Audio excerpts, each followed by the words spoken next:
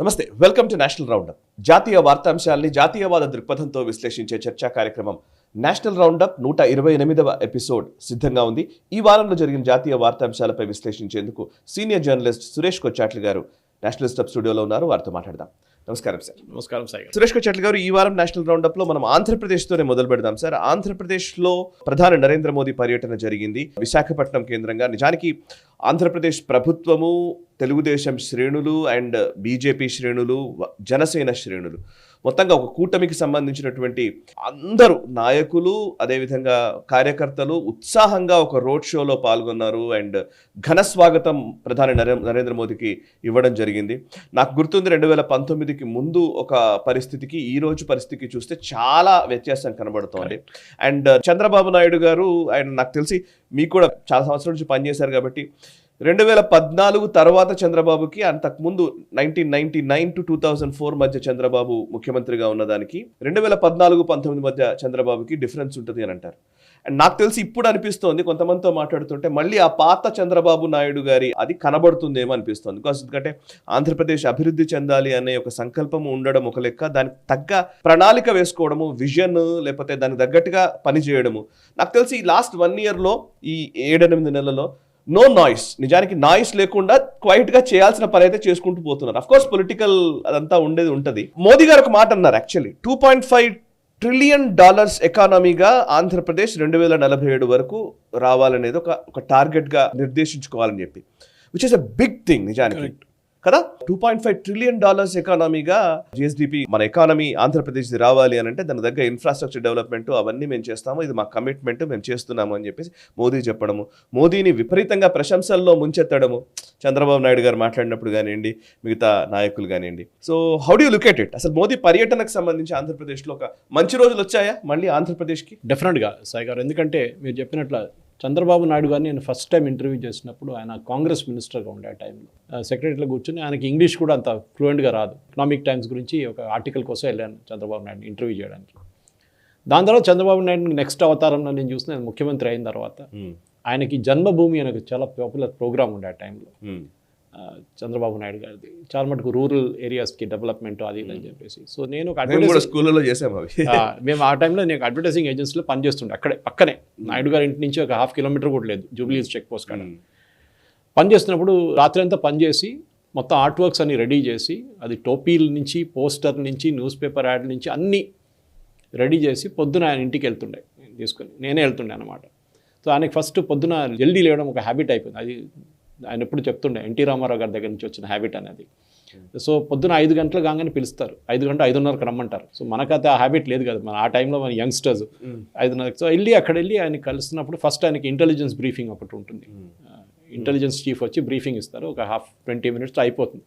దాని తర్వాత INPR department వాళ్ళు వచ్చి అన్ని ఆర్టికల్స్ చూపిస్తారు, పేపర్లో వచ్చిన అన్ని, దాని గురించి డిస్కషన్ ఉంటుంది.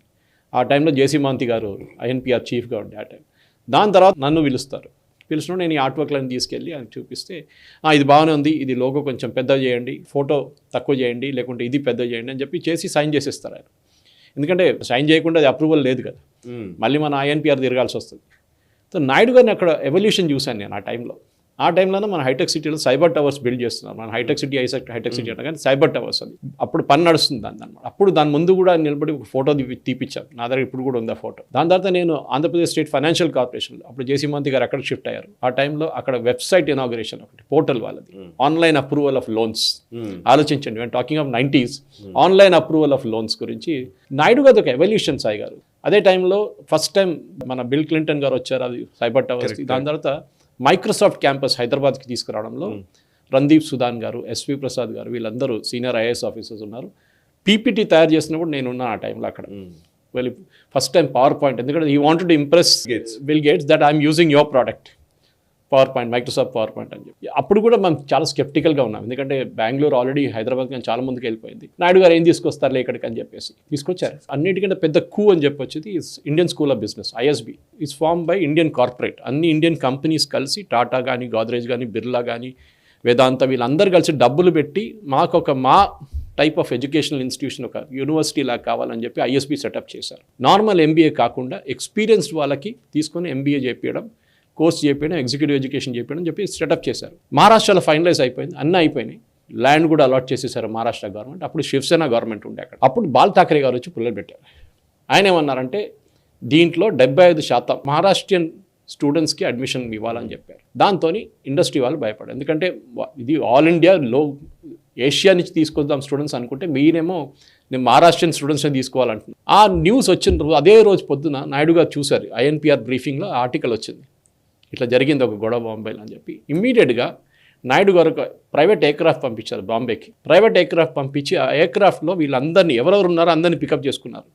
టాటా కానీ బిర్లా కానీ వాళ్ళ సీనియర్ లెవెల్ కాదు, ఒక సబ్ సీనియర్ లెవెల్లో పికప్ చేసుకున్నారు. డిసిషన్ మేకింగ్ లెవెల్లో తీసుకొచ్చి బేగంపేట ఎయిర్పోర్ట్లో ఒక బస్సు రెడీ పెట్టారు నాయుడు గారు.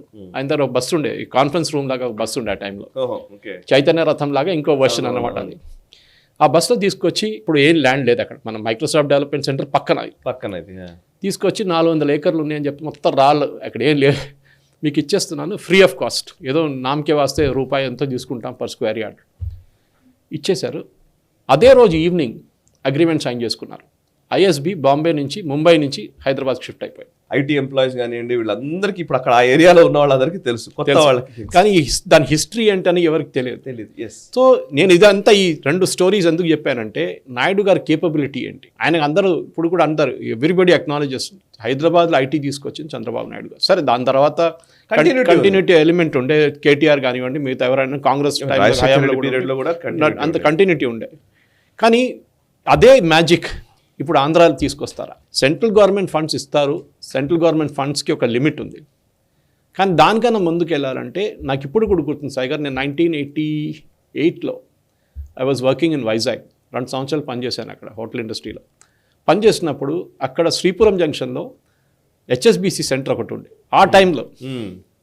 అప్పుడు ఆలోచించాను, Andhra had a head start, కానీ అది వాళ్ళు వాడుకోలేదు.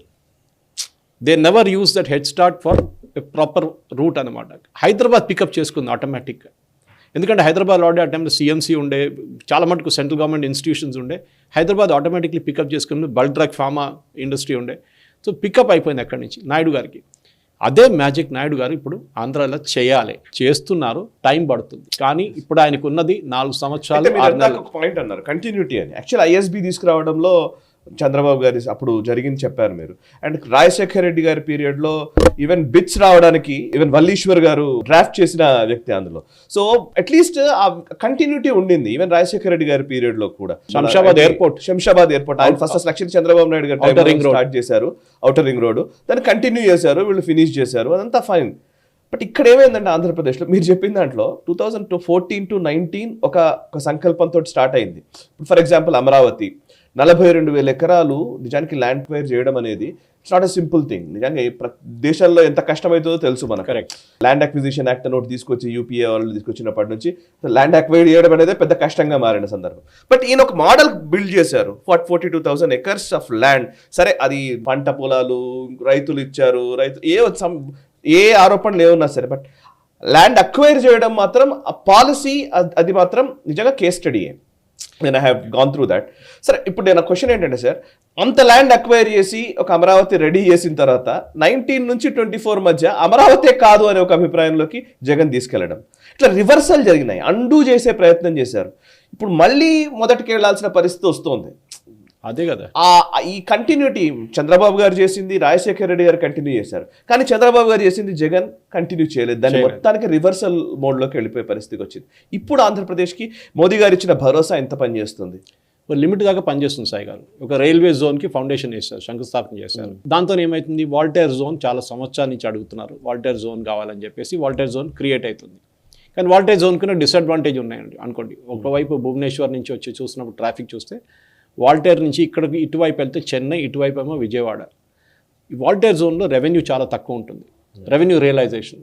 రైల్వేస్ ముందట్లా కాదు సాయి గారు, అన్నింటిలో ప్రాఫిట్ చూస్తారు. వాళ్ళు కూడా ఒక ప్రైవేట్ సెక్టర్గా పనిచేస్తున్నారు. ఇప్పుడు మాకెంత డబ్బులు వస్తే మాకు దాంట్లో ఎంత లాభం ఉంటుంది, ఎంత స్టాఫ్ ఉంటారు, వాళ్ళ జీతం ఏంటి, ఇదన్నీ చూస్తున్నారు వాళ్ళు, పెన్షన్లు ఏంటి అని. సో డెఫినెట్గా రైల్వే జోన్ పెట్టారు, కానీ ఆ రైల్వే జోన్ ఎంత ప్రాఫిటబుల్గా ఉంటుందో చూడాల్సింది. ఎందుకంటే నాకు ఇప్పుడు కూడా గుర్తుంది 1965లో సౌతర్న్ రైల్వే సెటప్ చేశారు ఇక్కడ హైదరాబాద్. దానికన్నా ముందు సదర్న్ రైల్వే కింద ఉందండి మొత్తం చెన్నై నుంచి, మెడ్రాస్ నుంచి. సో మా నాన్నగారు అప్పుడు రైల్వేలో ఇంజనీర్గా ఉన్నాం, ఆయన కూడా సదర్న్ రైల్వే నుంచి ట్రాన్స్ఫర్ తీసుకొని సౌతర్న్ రైల్వేకి వచ్చారు. అప్పుడు రైల్వే లైన్ కూడా కట్టలేదు ఆ టైం. నేను కూడా అదే టైంలో I was 3 year old at that time వచ్చాను, హైదరాబాద్కి వచ్చాను. కానీ సౌతర్న్ రైల్వే ఎట్లా డెవలప్ అయ్యి వచ్చింది చూడండి. టైం తీసుకుంది, ఏదో ఓవర్ నైట్ మ్యాజిక్ షో కాదు ఇది. జోన్ వేసేసారు రేపటి నుంచే మొత్తం అన్నీ మారిపోతుందంటే అది కాదు. రెండోది, మీరు ఫ్యూచర్ ఇండస్ట్రీస్ని తీసుకురావాలంటే మీకు ఆంధ్రాలో ప్రాబ్లం ఏంటి సాయి గారు, ఒక మ్యాగ్నెట్ లేదు. హైదరాబాద్ అనేది నిన్న మొన్న కట్టలేదు, 430 సంవత్సరాల పాత city. Okay, it took time. Central government establishments first వచ్చింది, ఇండిపెండెన్స్ తర్వాత BHEL కానివ్వండి, HAL కానివ్వండి, మిగతా చాలా మటుకు డిఫెన్స్ అండర్టేకింగ్, DMRL, DRDL అన్నీ వచ్చేసినాయి ఇక్కడ. దాని తర్వాత మనం చెప్పినట్లు ఫార్మా ఇండస్ట్రీ కూడా వచ్చింది. టైం పడుతుంది, కానీ నాయుడు గారికి టైం లేదు. Disadvantage is that. ఇక్కడ లోకేష్ మొన్న ఏం చేశారంటే, ఒకసారి నేను దీని మీద ఒక వీడియో కూడా చేశాను, మోహన్ దాస్ పై ఒక ట్వీట్ చేశారు. కర్ణాటకలో బెంగళూరు చాలా దారుణంగా అయిపోతుంది ఈ లోకల్ నాన్ లోకల్ ఇష్యూస్ తోటి అని చెప్పి మోహన్ దాస్ పై ట్వీట్ చేస్తే మీరు చూసుంటారు, లోకేష్ దానికి రీట్వీట్ చేస్తూ ప్లీజ్ కమ్ టు ఆంధ్రప్రదేశ్ అని పెట్టారు. పెడితే మోహన్ దాస్ పై అన్నారు, ఎస్ మీరు అడుగుతున్నది కరెక్టే, కానీ ఇన్ఫ్రాస్ట్రక్చర్, ఎయిర్పోర్ట్ కనెక్టివిటీ, ఈ రోడ్ కనెక్టివిటీ వీటిల్లో ఇంకా పెరగాల్సింది ఉంది, but I wish you all the best అనగానే, అండ్ నిజానికి ఇక్కడ వరకు ఓకే, బట్ లోకేష్ రెస్పాండ్ అయిన విధానం ఆ టోన్ డౌన్ చేసుకుని, ఆయన నిజానికి నేను అదైతే ఎక్స్పెక్ట్ చేయలేదు. లోకేష్ ఎట్లా పెట్టారంటే, నేను దీన్ని యాక్సెప్ట్ చేస్తున్నాము, we will prove our selves, and definitely మేము కొన్ని రోజుల్లో మీరు మమ్మల్ని మెచ్చుకునే విధంగా మా గవర్నెన్స్ ఉండబోతుంది అని చెప్పారు. నీడ్ నాట్, నిజానికి ఒక పొలిటికల్ లీడర్ అలా చెప్పాల్సిన అవసరం లేదు, బట్ చెప్పారు అని అంటే దెర్ ఈస్ సమ్ కమిట్మెంట్ అనిపించింది. నేను మధ్యలో జస్ట్ యాడ్ చేశాను, ఏంటంటే కనెక్టివిటీ అన్నారు కాబట్టి. మోదీ గారు స్పెసిఫిక్ గా మెన్షన్ చేశారు మన స్పీచ్ లో కూడా, ఫ్యూచరిస్టిక్ టెక్నాలజీస్ మీద కాన్సన్ట్రేట్ చేయండి. హైదరాబాద్ చేస్తున్న అదే పని మీరు చేస్తే nothing you can do. Okay, even Hyderabad లో కూడా మీరు సడన్ గా చూస్తున్నారు, గ్లోబల్ కేపబిలిటీ సెంటర్స్ నుంచి ఒక ఫోకస్ గా మూవ్ అయిపోతుంది. ఎవరో మన స్పీచ్ లో డేటా సెంటర్ సెటప్ చేశారు గూగుల్ వాళ్ళు విశాఖపట్నం. అంటే డేటా సెంటర్కి ఎక్కువ ఎంప్లాయీస్ అక్కర్లేదు, మనందరికి తెలుసు అది. It's huge main frames and super computers పెట్టుకుని డేటా సెంటర్ మెయింటైన్ చేసుకుంటారు వాళ్ళు. మనకు కావాల్సింది ఏంటంటే ఇప్పుడు లార్జ్ స్కేల్ ఎంప్లాయ్మెంట్ గురించి మాట్లాడుతున్నారు. హైదరాబాద్లో కూడా సాయి గారు హైటెక్ సిటీ వైపు entire Madhapur, Gachibowli, hitech city ఆ మొత్తం ఏరియా జోన్ తీసుకుంటే అప్రాక్సిమేట్గా 3 నుంచి 4 లక్షల మంది పనిచేస్తారు అక్కడ. దాంట్లో at least 50% are not from Hyderabad, బయట నుంచి అది మిగతా ఇండియన్ సిటీస్ నుంచి వచ్చిన వాళ్ళు. సో మీరు ఆంధ్రాలో కూడా మీరు ఎంప్లాయ్మెంట్ అనే ప్రామిస్ చేస్తున్నప్పుడు you should be very clear what that employment is. Correct. ఒకటి టాలెంట్ పూల్ ఎక్కడి నుంచి వస్తుంది మీకు. హైదరాబాద్లోనే మనం చూస్తున్న 5% మందికే ఉద్యోగం వస్తుంది ఇంజనీరింగ్ కాలేజ్ నుంచి బయటకు వస్తున్న వాళ్ళకి. కేపబిలిటీ లేదు వాళ్ళ దగ్గర, అంటే వాళ్ళు తప్పు కాదు, వాళ్ళు చెప్పే ఇంజనీరింగ్ కాలేజ్ వాళ్ళు తప్పు అది. కానీ ఆంధ్ర వైపు ఏమవుతుందంటే you should look at the bottom part of it, skill development. Naidu గారు అది దాంట్లో ఒక ఎక్స్పర్ట్, ఆయన టీడీపీ ఆఫీస్లోనే పెట్టుకున్నాడు స్కిల్ డెవలప్మెంట్ హైదరాబాద్లో.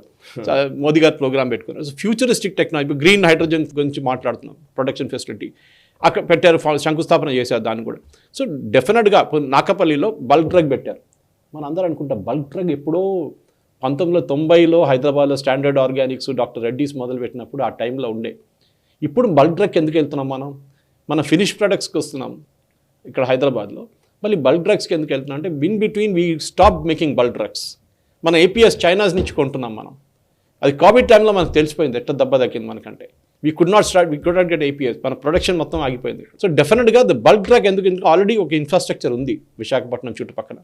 సో ఈ నక్కపల్లిలో పెట్టిన బల్క్ డ్రగ్ ప్లాంట్ కూడా, ఎందుకంటే these are there in 3 states, 3 states setup చేస్తున్నాం, దాంట్లో ఆంధ్రప్రదేశ్ ఒకటే అనమాట. సో నాయుడు గారికి సింపుల్ సొల్యూషన్స్, సాయి గారు, లోకేష్ కానివ్వండి, ఈవెన్ పవన్ కళ్యాణ్ గారికి, దట్ మీరు ఫస్ట్ ఇన్ఫ్రాస్ట్రక్చర్ మీద ఫోకస్ చేయండి. అంతే. Today Vande Bharat is better than going by road to Hyderabad to Vijayawada. Road బాగానే ఉంది, కానీ వందే భారత్ తీస్తున్నారు. 3 వందే, కేరళలో 3 వందే భారత్లు వచ్చేసినాయి. ఇప్పుడు కూడా మీకు విజయవాడ, హైదరాబాద్ నుంచి విజయవాడ వెళ్ళాలంటే మీకు టికెట్ దొరకదు వందే భారత్. చాలా మంది ఉన్నారు, మాకు తెలిసిన ఫ్రెండ్స్ ఏం చేస్తారంటే వీక్లీ ఒక టికెట్ బుక్ చేసి పడేస్తారు, టికెట్ దొరకదు కానీ చెప్పేసి. ఆ టికెట్ వచ్చిన రోజే వెళ్ళిపోతారు వాళ్ళు, మళ్ళీ రిటర్న్ కూడా అంతే చేస్తున్నారు. సో ఈ ఇన్ఫ్రాస్ట్రక్చర్ డెవలప్మెంట్. సెకండ్, మీరు ఏ సెటప్ చేసినా కానీ దాని సపోర్ట్ ఇన్ఫ్రాస్ట్రక్చర్, ఏది 5-star హోటల్స్ కానివ్వండి, మీకు మాల్స్ కానివ్వండి. ఎందుకంటే ఇప్పుడు సిద్దిపేటలో, కరీంనగర్లో, వరంగల్లో ఐటీ సిటీ పెట్టారు, ఐటీ పార్క్స్ పెట్టారు KTR గారు. గ్రేట్ ఐడియా, ఖాళీగా పడున్నాయి. ఎందుకంటే సాయంత్రం పూట ఏం చేస్తారు, ఒక మ్యారీడ్ కపుల్ ముంబై నుంచి వచ్చారు, వాళ్ళు సెటిల్ అయిపోయారు, న్యూలీ మ్యారీడ్. వాళ్ళు సాయంత్రం పూట ఆయన ఉద్యోగం తర్వాత ఇంటికి వచ్చిన తర్వాత ఏం చేస్తారు? Life style matters. It matters a lot. మీరు డైలీ మాల్కి వెళ్ళడం చెప్పట్లేదు, కానీ ఏదో ఒక సినిమా థియేటర్ కానివ్వండి, ఏదో ఒక షాపింగ్ కానివ్వండి, మీ సోషల్ సర్కిల్స్ Yes. మీ చుట్టుపక్కల ఫ్రెండ్స్ Should be కానివ్వండి there.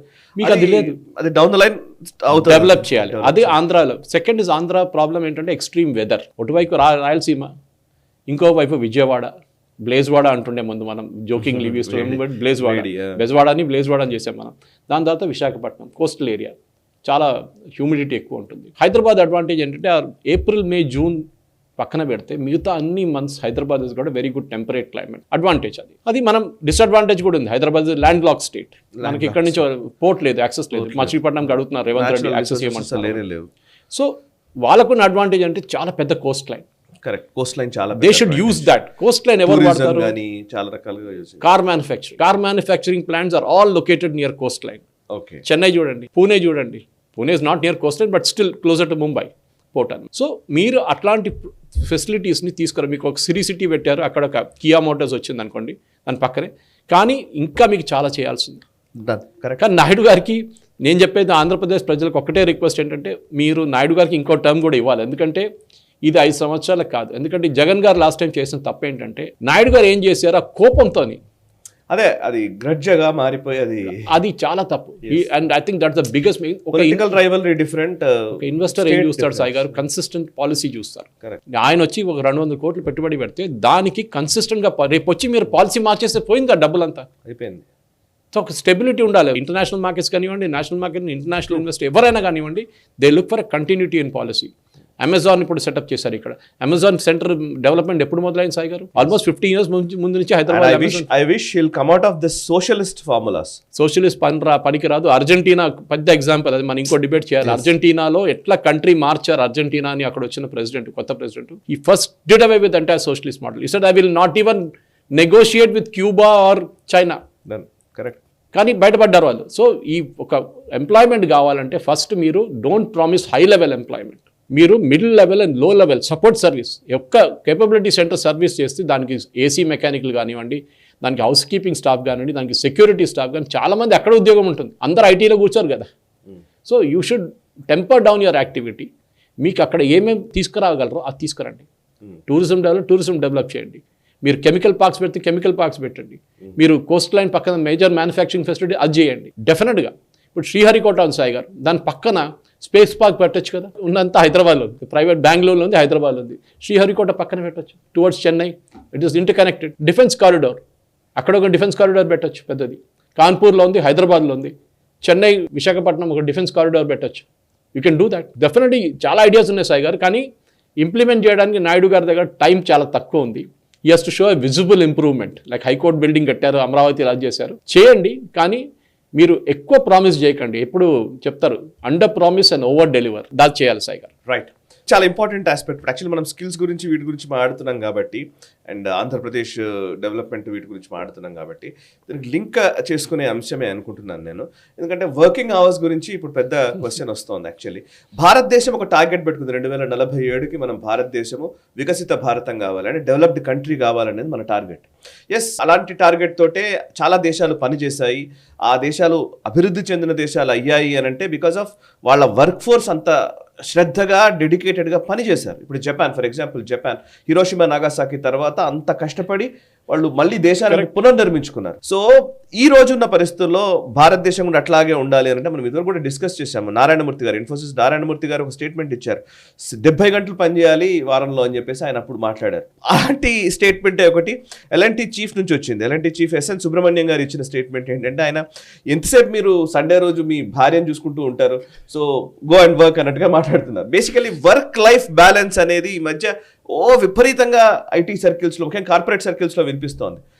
మన పని, ఇంతకుముందంతా పనే దైవము, పని మాత్రమే చేసుకుంటూ ఉండేవాళ్ళం. మనకు లైఫ్ స్టైలు, లైఫ్ బ్యాలెన్స్ ఇవన్నీ అసలు చర్చలే లేవు.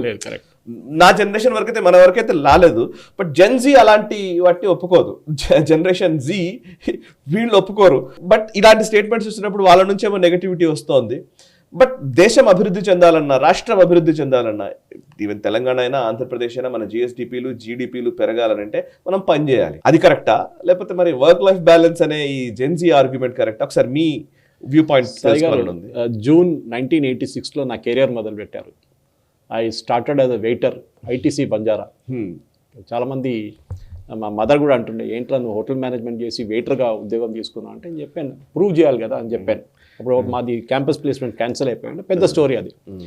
But with in 6 months I proved myself, I got promoted, senior captain అయ్యాను. అక్కడి నుంచి I became an assistant manager. నేను హోటల్లోనే పనిచేశాను నేను engineering. Even when I was doing my graduation నేను హైదర్గూడలో ఒక హోటల్లో రిసెప్షనిస్ట్ గా పనిచేశాను పాకెట్ మనీ కోసం.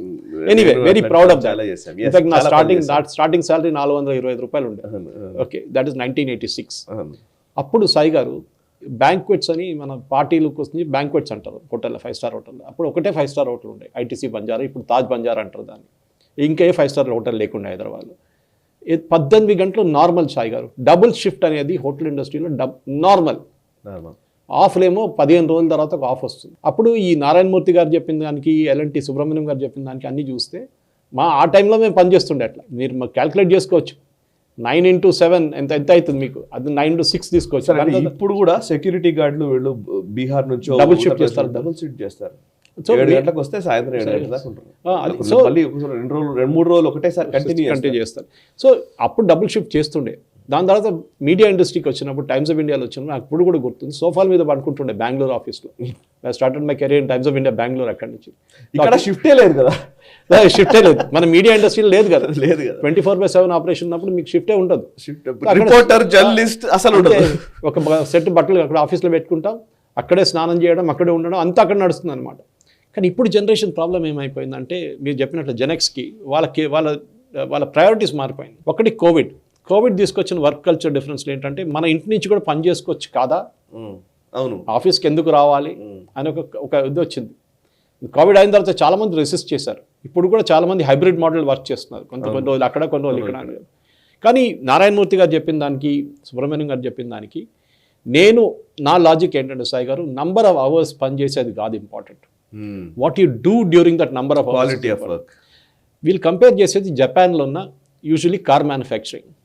అది మన సుజుకి కానివ్వండి, మన మిగతా హోండా కానివ్వండి, మన బుక్స్ చదివితే, జాపనీస్ బుక్స్, కైజన్ క్వాలిటీ దాని నుంచి చదివితే మనకు చాలా తెలిసిపోతుంది. వాళ్ళకు టార్గెట్ ఉంటుంది. ఫర్ ఎగ్జాంపుల్ చెప్తున్నాను, ప్రీవియస్ షిఫ్ట్లో 1000 కార్లు ప్రొడ్యూస్ అయిందంటే, నెక్స్ట్ షిఫ్ట్ వాళ్ళు వచ్చి దానికన్నా 10 కార్లు ఎక్కువ ప్రొడ్యూస్ చేస్తారు. They want to prove a point that my team, second shift team is more efficient than first shift team. ఇది జాపనీస్ కల్చర్ ఉండేది. ఇంకా జాపనీస్ చాలామంది సూసైడ్ కూడా చేసుకున్నారు ఆన్ ద వర్క్. మనం చూసాం. ఈవెన్ ఎర్న్స్ట్ అండ్ యంగ్ పూణేలో జరిగిన ఒక ట్రాజిక్ ఇన్సిడెంట్లో ఒక అమ్మాయి, చార్టర్డ్ అకౌంటెంట్, చాలా యంగ్ అమ్మాయి, ఒక 5-6 నెలల ముందు మీకు స్టోరీ గుర్తుంటుంది సాయి గారు. She died of heart attack. She was just about 28-29 అంతే. వర్క్ ప్రెషర్, ఆమె చాలా మటుకు మెయిల్స్ రాసింది, వాట్సాప్ మెసేజ్ తర్వాత బయటకు వచ్చింది. ఎర్న్స్ట్ అండ్ యంగ్ అపాలజైజ్ చేశారు. She was chartered accountant. Work pressure ఎంత ఎక్కువైపోయిందంటే ఆమెకి తట్టుకోలేకపోయింది. ఆమె టైం తినకుండా, నిద్ర లేకుండా లాస్ట్లో షీ డైడ్ ఆఫ్ హార్ట్. ఇప్పుడు కూడా మనం చూస్తున్నాం చాలామంది సిఇఓస్ లెవెల్లో కూడా 35-40లో they are passing away due to heart attack. And మీకు వర్క్ లైఫ్ బ్యాలెన్స్ ఉండాలి సాయి గారు. కానీ నేను ఇప్పుడు కూడా చెప్తున్నాను, యంగ్స్టర్స్ స్పెషలీ యంగ్ ఉన్నప్పుడు మీరు కష్టపడి పని చేయాలి. ఎందుకంటే you have to prove your self. Correct. For example engineering stage నుంచి మీరు when you join a company, bottom లెవెల్లో మీరు అందరు ఒకటేసారి 1000 మంది జాయిన్ అయితే, దాంట్లో పైకి వెళ్ళేది 20 మంది వెళ్తారు, లేకుంటే 30 మంది పైకి వెళ్తారు నెక్స్ట్ స్టేజ్కి. మీరు వెళ్ళాలంటే you have to prove yourself. అక్కడ కష్టపడి పని చేయాలి. ఎందుకంటే when you are a bachelor, మీకు రెస్పాన్సిబిలిటీస్ ఎక్కువ లేవు. మీకు ఇంటికి వెళ్ళి మీ వైఫ్తో మాట్లాడడమో, ఆయన బయట తీసుకెళ్ళడమో, లేకుంటే పిల్లలు పుట్టిన తర్వాత పిల్లలు చూసుకోవడమో అదేం ఉండదు మీకు. సో ఆ gap by time 23 or 24 when you join, or 22 when you join a company. పెళ్ళి యూజువలీ 28-29లో చేసుకుంటారు. ఆ గ్యాప్ ఆఫ్ 5-6 ఇయర్స్లో అక్కడ మీరు ఈ ప్రొడక్టివిటీ మాట్లాడడం చేసుకోవచ్చు. కానీ ఇప్పుడు ఈ డిబేట్ వచ్చిన తర్వాత నిన్నటి నుంచి పెద్ద ట్రెండింగ్ ఇది ఇంటర్నెట్లో. చాలామంది తిట్టడం మొదలుపెట్టారు. చాలామంది అన్నారు, మీకు వచ్చే జీతం మాకు కూడా ఇవ్వండి, అప్పుడు మేము పనిచేస్తామని చెప్తున్నారు. సో అడిగిన దానికి వై నాట్ రీనేమ్ సండే అని చెప్పారు. ఈవెన్ డే ఆఫ్ కాదు కదా, డే ఆఫ్ ఉండాలి. బాడీకి ఒక రికవర్ చేయడానికి ఒక కేపబిలిటీ ఉండాలి. అదే టైంలో మన గవర్నమెంట్ సర్వీస్లో చూస్తాం, వాడు పని చేయకపోతే, పని చేస్తే వాడికి జీతం వస్తుంది, పెన్షన్ వస్తుంది. దానికోసం చాలామంది గవర్నమెంట్ ఉద్యోగం కావాలంటారు. కానీ నాలాంటి వాళ్ళు డెఫినెట్గా I would never gone for a government service. మా ఫాదర్కి ఆప్షన్ ఉండే రైల్వేలో, ఒక వన్ కిడ్ కూడా got a job because of 71 స్ట్రైక్లో పార్టిసిపేట్ చేసిన వాళ్ళ పిల్లలకి. కానీ చేయలేదు, ఎందుకంటే I would never fitted in to that culture. నాకు కాదు. నేను ఇప్పుడు కూడా నా దాంట్లో మీరు 14 hours పని చేయమని నేను చేశాను కూడా చాలా మటుకు. ఇప్పుడు కూడా చేస్తున్నాను. At this age of 62 I'm still doing it. కానీ అందరు చేయాలని లేదు సాయి గారు. మళ్ళీ అదే పాయింట్కి వస్తున్నాను, ప్రొడక్టివిటీ ఏంటి మీరు అక్కడ కూర్చొని, దీనికన్నా ముందు నారాయణమూర్తి గారు, in fact the first time I met Narayanamurthy was when I was in times of India Bengaluru. ఆ టైంలో ఆయన ఒక 10 సంవత్సరాల తర్వాత ఒక స్టేట్మెంట్ ఇచ్చారు, 6 o'clock కాగా నేను లైట్లనే ఆఫ్ చేసేస్తాను ఆఫీస్లో, ఎవడు ఉంటే వాళ్ళు బయటికి వెళ్ళాలని చెప్పేసి.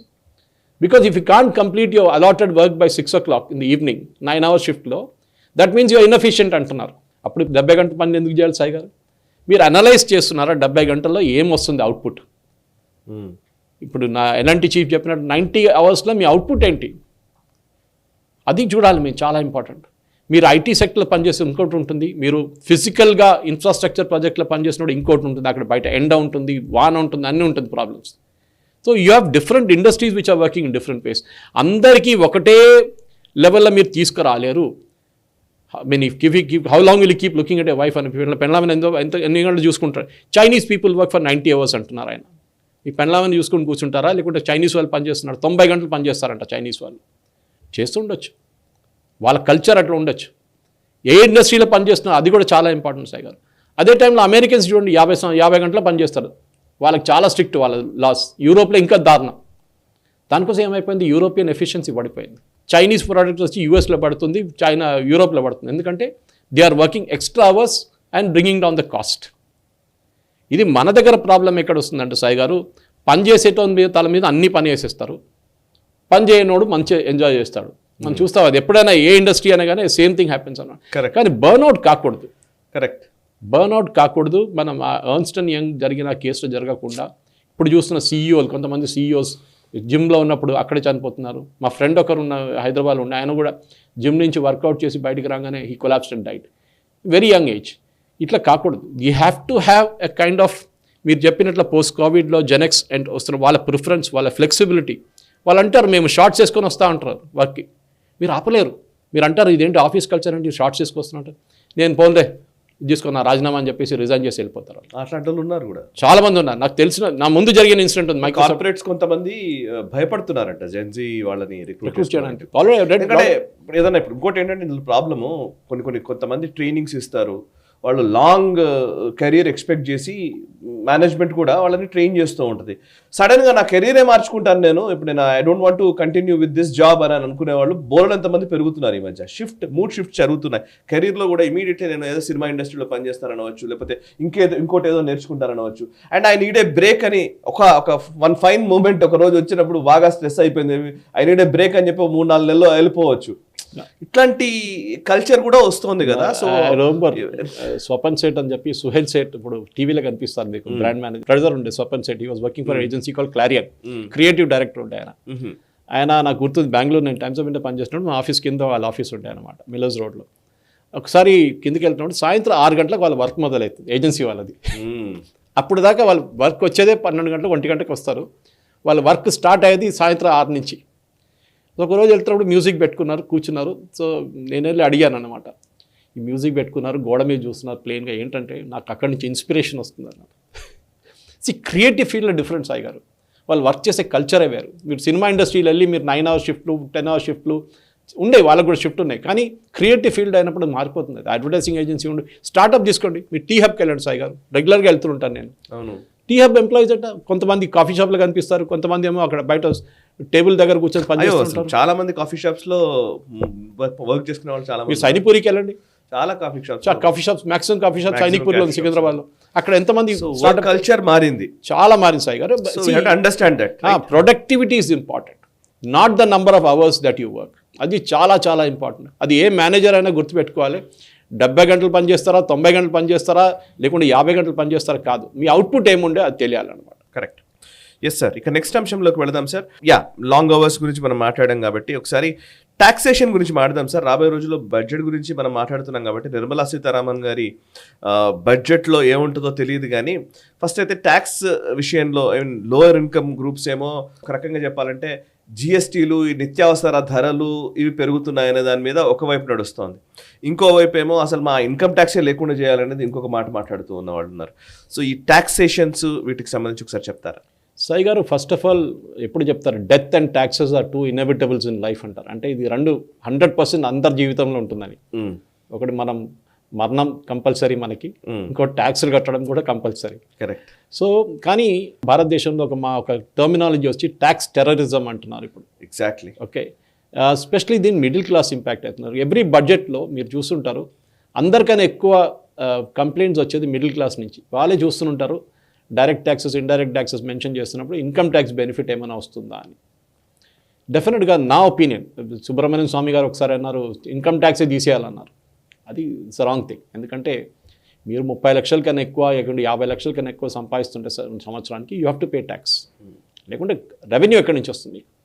At the same time the bottom లెవెల్లో ముందు స్టాండర్డ్ ఇన్కమ్ డిడక్షన్ నేను జాయిన్ చేసినప్పుడు అంతా 50,000, 25,000 స్టాండర్డ్ డిడక్షన్ ఉంది. అక్కడి నుంచి పెరిగి ఇప్పుడు I think it's about 1.5 to 2.5 variation ఉంది అక్కడ.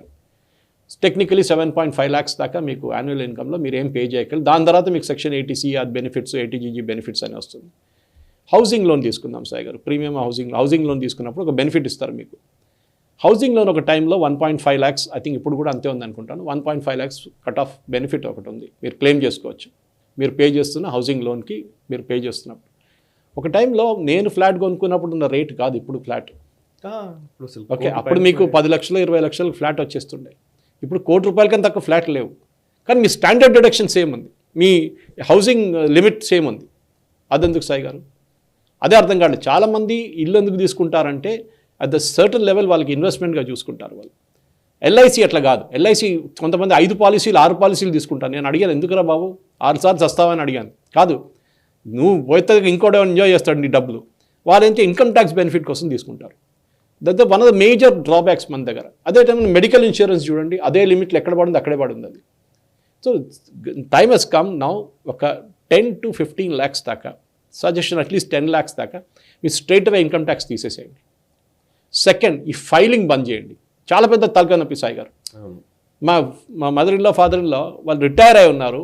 They have to file income tax even though they are not in the income tax bracket. IT returns file చేయాలి ఎవ్రీ ఇయర్. ఇన్కమ్ ట్యాక్స్ లేదు వాళ్ళకి, they are not in the bracket. Retire pension వస్తుంది వాళ్ళకి government service నుంచి, కానీ file చేయాలి. ఈ paper work తీసేసేయండి. భారతదేశంలో అన్నిటికంటే పెద్ద ప్రాబ్లం పేపర్ వర్క్, ఈ బ్యూరోక్రసీ అనేది. ఇప్పుడు మీరు చెప్పినట్టు ఎగ్జాంపుల్, ఇప్పుడు పాన్ షాప్ వాళ్ళు, లేకపోతే పానీపూరి బండి మొన్న వచ్చింది 40 లక్షలకు నోటీస్ వచ్చిందంట. సో ఆయన ట్రాన్సాక్షన్స్ వస్తున్నాయి, కొంచెం ట్రాన్స్పరెంట్ గానే ఉంది, బ్యాంక్ అకౌంట్లోకి డబ్బులు వస్తున్నాయి అన్నది కరెక్టే. కానీ దీనికి నేను ఏదో ట్యాక్స్ పే చేయాలి, ఏదో ట్యాక్స్ పే చేయడం ఒక లెక్క, లేదంటే ఫైల్ చేయడం ఒక లెక్క కదా. ట్యాక్స్ ఫైల్ చేయడం అనేది ఇప్పుడు అది చార్టెడ్ అకౌంటెంట్ పెట్టుకోవాలి, మళ్ళీ ఒక చార్టెడ్ అకౌంటెంట్ పట్టుకోవాలి. వాళ్ళకేం తెలియదు, చాలా మందికి తెలిసిన వాళ్ళు ఉండరు. సో అక్కడ మీరు అన్నట్టుగా పేపర్ వర్క్ విషయంలో ఏదన్నా కొంచెం పేపర్ వర్క్ కూడా చాలా ఇంపార్టెంట్ సాయి గారు, ఎస్పెషల్లీ GST వచ్చిన తర్వాత. అవును. First of all Nirmala Sitharaman ఎందుకు తిడుతున్నారు మీరు? నిర్మలా సీతారామన్ బడ్జెట్ డిసైడ్ చేయరు. It is a collective responsibility of the cabinet. దాంట్లో ప్రైమ్ మినిస్టర్ది ఫస్ట్ ఒక ఒపీనియన్ ఉంటుంది, బడ్జెట్ ఇట్లా ఉండాలని చెప్పి. She's only presenting the budget. ఆమె ఏదో ఫుల్ స్టాప్లు కామలు పెట్టడం కాదు ఆమె పని. ఓవరాల్గా బడ్జెట్ డిస్కషన్ చాలా జరుగుతుంది. ప్రధానమంత్రితోనే ఒక 3 రౌండ్లు 4 రౌండ్లు డిస్కషన్ నడుస్తుంది. దాని తర్వాత క్యాబినెట్లో ఒక చిన్న ఎకనామిక్ అఫేర్స్ ఉంటుంది, వాళ్ళతో ఒక డిస్కషన్ ఉంటుంది. ఇండస్ట్రీ వాళ్ళతో మాట్లాడతారు, డ్రాఫ్ట్ చూపించారు వాళ్ళకి. కానీ కంప్లీట్గా వచ్చేటప్పుడు ప్రెజెంట్ చేసేది నిర్మలా సీతారామన్, కానీ ఆమె మీద వచ్చి పడతారు. GST కూడా అంతే సాయి గారు. పాప్కార్న్ గురించి, యూస్ కార్ గురించి చాలా డిబేట్ జరిగింది, మనం దాన్ని క్లారిఫై కూడా చేసాం. GST డిసైడ్ చేసి ఫైనాన్స్ మినిస్టర్స్ అందరు కలిసి, దాంట్లో నిర్మలా సీతారామన్ ఇస్ 1% అంతే. And every decision, A GST మరి మార్చాలన్నా యునానిమస్గా అప్రూవల్ కావాలి. అందరు ఫైనాన్స్ మినిస్టర్స్ ఉన్నారు, వాళ్ళందరూ అప్రూవ్ చేయాలి, స్టేట్ ఫైనాన్స్ మినిస్టర్స్. మళ్ళీ వాళ్ళు ఏమంటారు, వెళ్ళి చెప్తారు నిర్మలా సీతారామన్ గారు పెట్టారు GST అని. కాదు, it is not her job to do the GST thing. కానీ what she can do is straight away GSTని సింప్లిఫై చేయడం. చాలా మటుకు GST కావాలని చెప్పి బ్యూరోక్రాట్స్, అదే సాయి గారు, నిర్మలా సీతారామన్ గారు ఇవాళ ఉంటారు రేపు పోతారు, కానీ ఈ బ్యూరోక్రాట్స్ మన దేశంలో బ్రిటిష్ స్టైల్ ఇప్పుడు కూడా వాళ్ళ దగ్గర ఉంది. వాళ్ళు ఎంత టార్చర్ చేయగలిగినానో వాళ్ళు చేస్తారు. వాళ్ళు ఎన్ని రకాల లాస్ కావాలంటే ఒక ఫుల్ స్టాప్ తీసి ఇక్కడ పెడతారు, ఒక కామ తీసి అక్కడ పెడతారు, మొత్తం లా మారిపోతుంది. సో అది first of all we have to stop the bureaucracy. ఇది GST, స్పెషల్ GST దాంట్లో మంచిది కూడా ఉంది సాయి గారు, లేదని చెప్పట్లేదు. మీరు పానీపూరి ఎగ్జాంపుల్ ఇచ్చారు, మీరు పాండపైన. మా దగ్గర ఒక ఇడ్లీ అమ్మేటోడు ఉన్నాడు, వాడు బంద్ చేసి వెళ్ళిపోయింది. ఇప్పుడు దుకాణం 20 years నుంచి నడిపిస్తున్నాడు మా ఏరియాలో. వాడిది ఏమై ప్రాబ్లం ఏంటంటే వాడు మస్తు రోజుకి ₹1,00,000 కమాయిస్తుండే, కానీ ఇన్కమ్ ట్యాక్స్ కట్టాడు ఇప్పుడు దాకా లేకుండా. కానీ ఒకసారి డిజిటల్ పేమెంట్ వచ్చిన తర్వాత, UPI వచ్చిన తర్వాత వాడికి ఇన్కమ్ ట్యాక్స్ నోటీస్ రావడం లేదు. వాడు పాన్ కార్డ్ వచ్చి అడిగారంటే, వాడు అంటే పాన్ కార్డ్ ఎందుకు నాకు? అరే నీకు ₹1,00,000 పడుతుంది బ్యాంక్ అకౌంట్లో, మీ మేనేజర్ ఇన్ఫార్మ్ చేశాడు.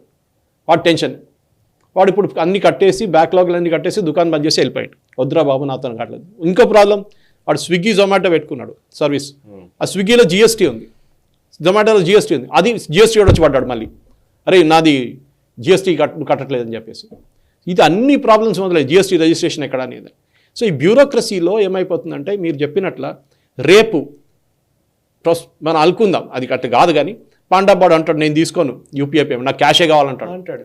కానీ జరగదు, ఎందుకంటే వాడు ఇంకో పాండాబాకి వెళ్తాడు, వాడు యూపీఐ ఇప్పుడు అందరూ ఏమంటే ఒక దగ్గర వచ్చింది ఇంకో దగ్గర వచ్చేస్తుంది సార్. అదే నా ఉద్దేశం ఏంటంటే ఇప్పుడు ఇదివరకు మనం ఇప్పుడు పాండాబా ఎవరైనా సరే పేమెంట్ గురించి మాట్లాడుతున్నాం అనుకుందాం, ఇంతకుముందు ఏముండేది చిల్లర లేదు అంతే, చాక్లెట్లు ఇస్తుండే మీకు, చాక్లెట్లు ఇస్తుండే. అంటే అది అసలు అట్లాంటి అవకాశమే లేకుండా చేయాల్సిన పని ఇది అని నేను ఉద్దేశం. మేజర్ ట్రాన్సాక్షన్స్ ట్రాన్స్పరెంట్ గా జరిపిస్తున్నప్పుడు ఫైలింగ్ కూడా ట్రాన్స్పరెంట్ గా అంతే స్మూత్ గా జరగాలి. మన కల్చర్ ఏంటంటే మన దగ్గర 2 to 3% ఇన్కమ్ ట్యాక్స్ పేయర్స్ ఉన్నారు మన కంట్రీలో. ఓకే, 2 to 3 ఆలోచించండి, మన దేశంలో 95%, 96% దాకా మంది ట్యాక్స్ కట్టట్లేదు, ఇన్కమ్ ట్యాక్స్ కట్టట్లేదు. కానీ ట్యాక్స్ అందరు కడుతున్నారు. మీరు ఒక మ్యాచ్ బాక్స్ తీసుకున్నా కానీ, మీరు ఒక రెఫ్రిజిరేటర్ కొన్నా కానీ మీరు జిఎస్టీ కడుతున్నారు. జిఎస్టీలో 2 కాంపోనెంట్స్ ఉంటాయి, స్టేట్ జిఎస్టీ ఉంటుంది, సెంట్రల్ జిఎస్టీ ఉంటుంది. స్టేట్ జిఎస్టీ డైరెక్ట్ స్టేట్కి వెళ్ళిపోతుంది. ఒక ఎగ్జాంపుల్ ఇస్తాను, దీనికన్నా ముందు ఒక రెస్టారెంట్కి వెళ్ళి మీరు ఒక డిన్నర్ మీ ఫ్యామిలీతో డిన్నర్ చేస్తే మీరు దీనికన్నా ముందు value added tax, sales tax ఇదన్నీ కలిపి 18% కడుతున్నాయి మీరు, 18%. జిఎస్టీ వచ్చిన తర్వాత అది 8% అయింది. తగ్గిందా? తగ్గింది. 8%లో 4% స్టేట్ గవర్నమెంట్కి వెళ్తుంది, 4% సెంట్రల్ గవర్నమెంట్కి వెళ్తుంది. సెంట్రల్ గవర్నమెంట్ దగ్గర నుంచి మళ్ళీ ఆల్మోస్ట్ 42 నుంచి 49% వాపస్ స్టేట్కి వెళ్తుంది మళ్ళీ వస్తుంది. అది కాకుండా సెంట్రల్ పూల్ నుంచి చాలా డబ్బులు స్టేట్ గవర్నమెంట్కి వస్తుంది. So state government selfish interest కూడా ఉంది, దానికోసం వాళ్ళు వ్యతిరేకించట్లేదు. చూడండి, అది ఇక్కడున్న ఫైనాన్స్ మినిస్టర్ కానీ, తెలంగాణ కానివ్వండి, ఆంధ్ర కానివ్వండి, కేరళ, వాళ్ళు ఎప్పుడు వ్యతిరేకించారు నిర్మలా సీతారామన్ కానీ. అమ్మ భజన వాడతారు అక్కడ వెళ్ళి, కానీ బయటకు వచ్చి ఇంకో మాట అంటారు, చూడండి ఆమె ఇట్లా చేస్తుంది, ట్యాక్స్ అరేంజ్ చేస్తుంది అని. So basically we have to simplify the procedure. Sai గారు, ఎంత మీరు టఫ్గా పెడతారో అంత అవాయిడెన్స్కి ట్రై చేస్తారు, అది హ్యూమన్ టెండెన్సీ. మీరు ఒక లా పెట్టారండి, ట్రాఫిక్ సిగ్నల్లో క్రాస్ చేయకూడదు, క్రాస్ చేస్తాడు. మీరు పోలీసు అని పెట్టి కెమెరా పెడతారు, అప్పుడు వాడు క్రాస్ చేయడు, అప్పుడు అది అయిపోతుంది, అక్కడ ఆగిపోతుంది అనమాట. సో యు ఆర్ ట్రైంగ్, కానీ పోలీసు వాడు ఎక్కడ జరిగింది అనుకోండి మళ్ళీ ఆడు వెళ్ళిపోతాడు, ట్రాఫిక్ లైట్ రెడ్ ఉన్నా కానీ వెళ్ళిపోతాడు. సో ప్రాబ్లమ్ ఇస్ మన దగ్గర ఎన్ఫోర్స్మెంట్ ఆఫ్ లా. మనం అది ఎంత ఎడ్యుకేటెడ్ మనిషి అయినా కానీ మనకు లూప్ హోల్ చూసుకుంటాం, అరే ఇది ఇట్లా చేస్తే మనం కట్టకుండా ఉండొచ్చు కదా, అది చేస్తాడు ఆడు. ఈ కార్ డిప్రిసియేషన్ తీసుకోండి, మనం మాట్లాడుతుంటే అప్పుడు 3 కోటి రూపాయలు కొన్న మర్సిడీస్ బెన్స్ 3 సంవత్సరాల్లో ₹1 వచ్చేస్తుంది వాల్యూ దాన్ని. సో ద వాల్యూ ఏం చేస్తున్నారు, what are you trying to do, the value is a very important question అనమాట. సో డెఫినెట్గా సాయి గారు, the way we need to do it is make it very very simple for people, very simple. అది చేయాల్సింది అనమాట. And ఇంకొక వైపు Telangana government, actually తెలంగాణలో ఈ స్కూల్ ఫీజులకు సంబంధించి ఇప్పుడు మళ్ళీ ఒక చర్చ మొదలైంది. ఎడ్యుకేషన్ ఇయర్ మొదలవుతుంది అనగానే ఈ చర్చ వస్తుంది రెగ్యులర్గానే. ఇంతకుముందు ఓయూ ఉస్మానియా యూనివర్సిటీ వైస్ ఛాన్సలర్గా పనిచేసిన తిరుపతిరావు గారి కమిషన్ వేయడము, ఆయన స్కూల్ ఫీజుల గురించి వారు చాలా కసరత్తు చేశారు. బట్ ఎందుకో కానీ అవేవి ఇంప్లిమెంటేషన్లోకి రాలేదు అసలు. కేసీఆర్ గవర్నమెంట్ టైంలో కూడా కేసీఆర్ అప్పుడు 2014 నాకు గుర్తు, 2014 ఆయన అధికారంలోకి వచ్చిన తర్వాత కార్పొరేట్ స్కూల్ అన్నిటిపైన అప్పుడు విపరీతంగా దాడులు జరిగాయి, రైడ్స్ చేశారు, ఎంత ఖర్చు చేస్తున్నారు, ఏం చేస్తున్నారు అది అని చెప్పేసి పెద్ద గొడవనే అయింది. మొత్తం అయిపోయింది, ఇంకా అసలు ప్రైవేట్ స్కూళ్ళని పూర్తిగా నియంత్రిస్తారు అని అనుకున్నారు అప్పుడు 2015 ఆ టైంలో వచ్చింది. బట్ ఏం జరగలేదు. సో ఈ రోజుకి మళ్ళీ అదే ఫీజులు, ఈ ఇష్యూ ఇప్పటికీ అట్లాగే ఉంది. ఇంకోవైపు ఆపర్చునిటీస్, సీరియస్లీ ఒక మధ్యతరగతి సామాన్యుడి జీవితంలో వాళ్ళు ఏం సాధించకపోయినా వాళ్ళ పిల్లలు సాధించాలి, అట్లీస్ట్ వాళ్ళన్నా బాగుండాలి అని అంటే వాళ్ళకి బాగా చదివించాలి అనేది ఒకటే ఒక ఆకాంక్ష. అందుకే చాలామంది పని చేస్తున్న వాళ్ళు, ఇంట్లో మెయిడ్స్గా ఉన్న వాళ్ళు కావచ్చు, లాస్ట్కి రిక్షా నడుపుతున్న వాళ్ళు కావచ్చు, ఆటోలు నడుపుతున్న వాళ్ళు కావచ్చు, ఎంత చిన్న పొజిషన్ నుంచి వచ్చినా సరే పిల్లల చదువు విషయంలో మాత్రం మనం కష్టపడాల్సిందే, మనం ఇవ్వాల్సిందే అనుకుంటున్నారు. ఇదే ఇప్పుడు వ్యాపారంగా మారుతుందా అనేది ఒక చర్చ నడుస్తుంది. సరే పోనీ వ్యాపారం చూస్తేనేమో వీళ్ళు మరి పూర్తిగా డబ్బుల కోసమే పనిచేస్తున్నారా అంటే క్వాలిటీ ఎడ్యుకేషన్ కోసం స్పెండ్ చేయక తప్పని పరిస్థితి వచ్చింది. How do you balance this? రెండింటినీ మనం ఎట్లా బ్యాలెన్స్ చేస్తాము? గవర్నమెంట్ పాత్ర ఏంటి? సాయి గారు, ఎడ్యుకేషన్ బిజినెస్ అని అడిగితే ఎస్ అంటాను, ఎడ్యుకేషన్ సర్వీస్ అంటే ఎస్ అంటాను. రెండు ఉన్నాయి. ట్రూ. మీరు భారతీయ విద్యాభవన్ తీసుకోండి, కే ముంచి గారు సెటప్ చేశారు. మీరు గవర్నమెంట్ స్కూల్ తీసుకోండి, నేను చదివింది గవర్నమెంట్ స్కూల్లో సాయి గారు, model high school Osmania university చదివాను. అప్పుడు ఫీజు అస్సలు లేకుండే. ఇప్పుడు కూడా చాలా తక్కువ ఫీజు అక్కడ. నేను గవర్నమెంట్ స్కూల్ కానీ మీరు అదే గవర్నమెంట్ స్కూల్ నేను చదివినప్పుడు 3,000 పిల్లలు ఉండే మోడల్ ఇప్పుడు లేరు ఎవరు. ఇప్పుడు 500 పిల్లలు కూడా లేరు. అవును. అక్కడ వచ్చిన పిల్లలు మిడ్ డే మీల్కి వస్తున్నారు, మోస్ట్లీ వస్తున్నారు. టీచర్లు లేవు, ఫుల్ టైం టీచర్స్ లేవు, అందరు కాంట్రాక్ట్ మీద ఉన్నారు. ఏమవుతుందంటే ఎడ్యుకేషన్ సాయి గారు మీరు చెప్పినట్ల ఎంత పేదోళ్ళైనా కానీ మా దగ్గర ఉన్న పని చేస్తున్న పని వచ్చిన దీనికన్నా ముందు వాళ్ళ కొడుకులు ఇద్దరిని ఆమె గవర్నమెంట్ స్కూల్ని తీసేసి ప్రైవేట్ స్కూల్లో పెట్టింది. మా వాచ్మెన్ కూతురు గవర్నమెంట్ స్కూల్ నుంచి ప్రైవేట్ స్కూల్కి వెళ్ళి ఎంబీఏ చేసి ఇప్పుడు కంప్లీట్ చేసింది ఎంబీఏ. ఆమె ఆలోచించండి.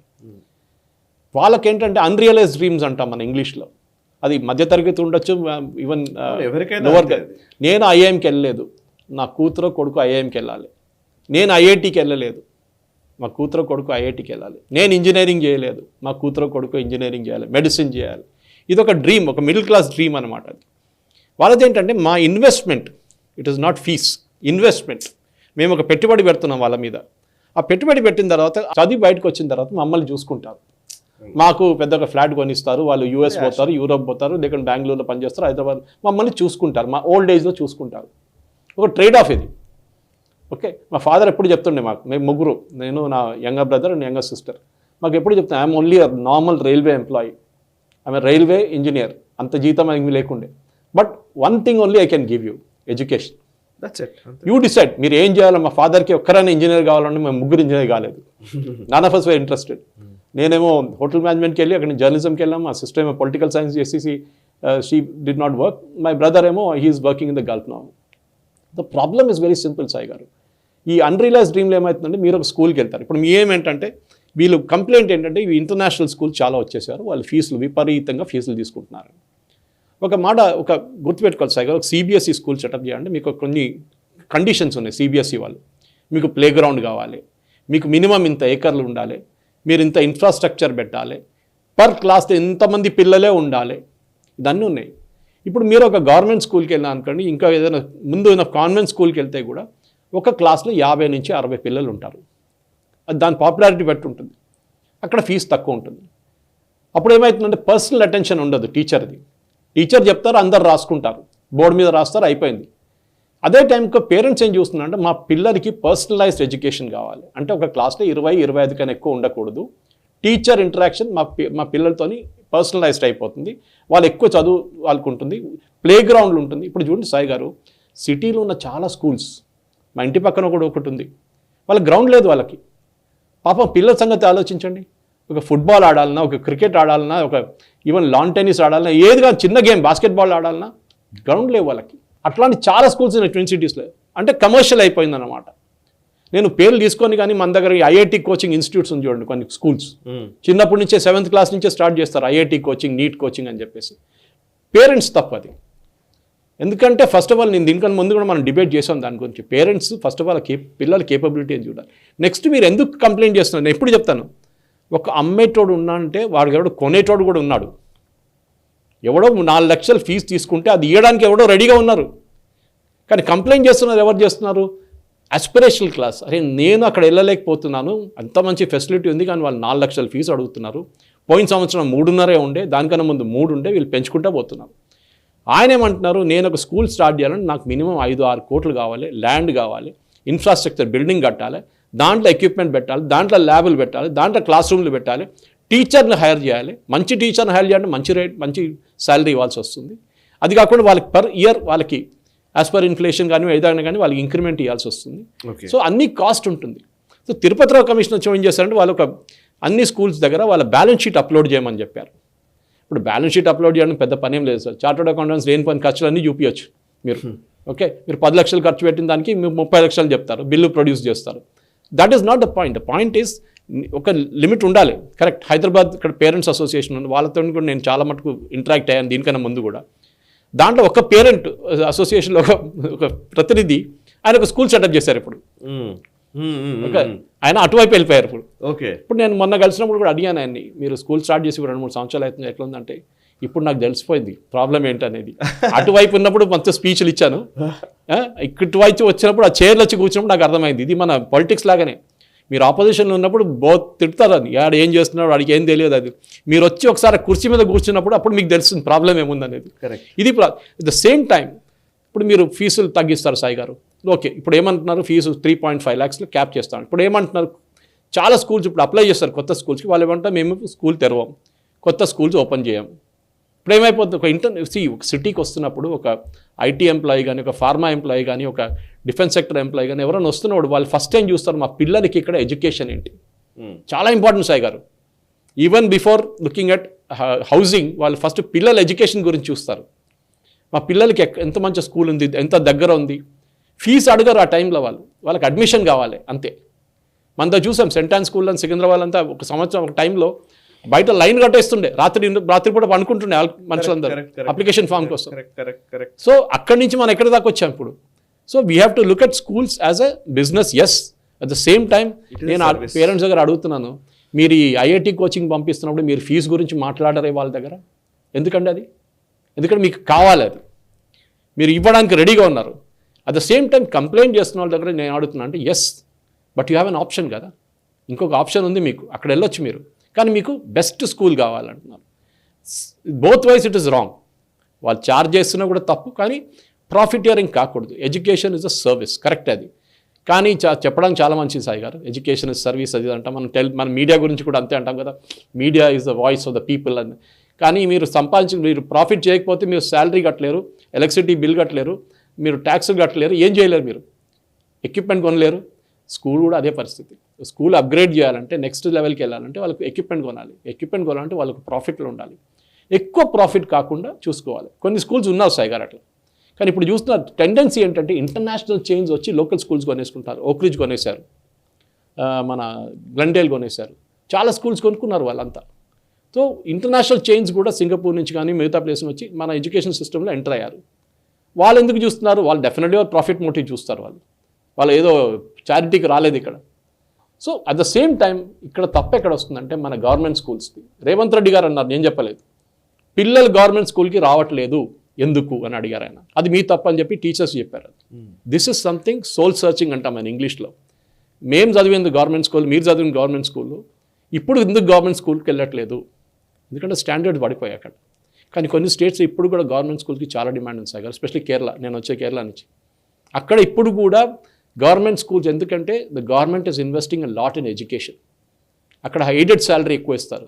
సో గవర్నమెంట్ స్కూల్స్లో డిమాండ్ ఎక్కువ ఉంది అక్కడ. కానీ అక్కడ కూడా ప్రైవేట్ స్కూల్స్ వస్తున్నాయి, దాని నో డౌట్ అబౌట్. కానీ ఇదే ప్రశ్న మీరు కాలేజ్కి వెళ్ళినప్పుడు అడగరు కదా సాయి గారు. మీరు కాలేజ్ లెవెల్ వెళ్ళినప్పుడు మీరు ఇంజనీరింగ్ కానివ్వండి, మిగతా దానికి వెళ్తున్నప్పుడు మీరు ఫీజు గురించి మాట్లాడరు.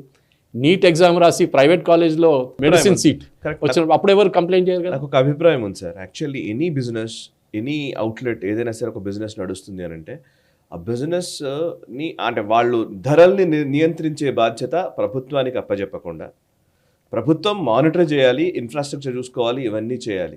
But competition is the solution నాకు తెలిసి. కరెక్ట్. సేమ్ ఒకే ప్లేస్లో ఒక 10 స్కూల్స్ వచ్చాయనుకోండి, పడిపోతుంది రేట్, ఆటోమేటిక్గా తగ్గుతుంది, క్వాలిటీ పెరుగుతుంది. కాంపిటీషన్ తోటే క్వాలిటీ పెరుగుతుంది, కాంపిటీషన్ తోటే ప్రైస్ తగ్గుతుంది, కంట్రోల్ అవుతుంది. అంతేగాని ఇంకొకరు ఎవరో చేయాలనుకుంటే మాత్రం కుదరదేమన్నా. కార్ షోరూమ్ తీసుకోండి సాయి గారు. యూజువల్లీ కార్ షోరూమ్స్ మీరు బోన్పల్లి వైపు వెళ్తే చూస్తారు. ఆ బోన్పల్లి స్ట్రెచ్లో ఒక 10 కార్ షోరూమ్లు ఉన్నాయి. టయోటా నుంచి, టాటా నుంచి, మారుతి నుంచి, హ్యూండై నుంచి అందరూ ఉన్నారు. అప్పుడు ఏమవుతుందంటే ఇవి విండో షాపింగ్ అంటారు. యూజువల్లీ మీరు మోడల్ డిసైడ్ చేసుకుని ఉంటారు, కానీ ఆడేళ్ళు చూస్తారు టాటాలు ఎంత ఉంది రేటు, ఇదే పంచ్కి ఎంత ఉంది, అక్కడ ఎంత ఉంది, అక్కడ స్విఫ్ట్కి ఎంత ఉంది రేటు, మారుతిలో. దెన్ ఒక కంపారిజన్ మొదలు పెడతారు, వాడెంత డిస్కౌంట్ ఇస్తాడు నాకు. స్కూల్స్ వచ్చేటప్పుడు ఈ షాపింగ్ లేదు ఇక్కడ, ఎందుకంటే బ్రాండ్ నేమ్ ఏదో నడుస్తుంది.